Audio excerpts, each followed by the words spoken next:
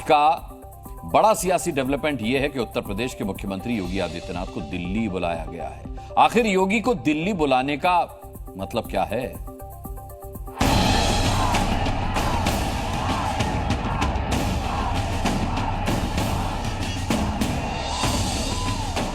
आला कमान के आदेश पर उत्तर प्रदेश के मुख्यमंत्री योगी आदित्यनाथ दिल्ली पहुंच चुके हैं।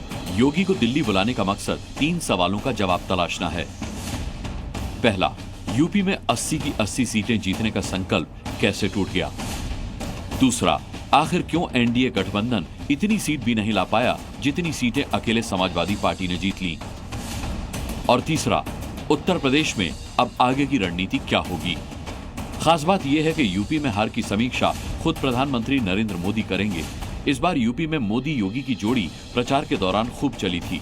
दोनों दिग्गजों ने वाराणसी से लेकर अयोध्या तक कई रोड शो भी किए और रैलियां भी की। पीएम मोदी ने खुले मंच से कई बार योगी सरकार के कामकाज की तारीफ भी की, लेकिन जब सीटें उम्मीद से बहुत कम आईं, तो अब दोनों नेता दिल्ली में बैठकर मंथन करेंगे। शुक्रवार को होने वाली बैठक में उत्तर प्रदेश से योगी के साथ साथ दोनों डिप्टी सीएम केशव प्रसाद मौर्य और ब्रजेश पाठक भी होंगे। माना जा रहा है कि योगी की कैबिनेट में कई बड़े बदलाव हो सकते हैं। प्रशासनिक बदलाव भी संभव हैं। यूपी सरकार में ओबीसी, दलित और ब्राह्मण चेहरों का कद बढ़ सकता है। ऐसा इसलिए क्योंकि अब तक के आकलन में ये बात सामने आई है कि ये तीनों वर्ग के वोटर इस बार समाजवादी पार्टी की तरफ शिफ्ट हो गए। बूथ से लेकर प्रभारी मंत्री तक बदले जा सकते हैं।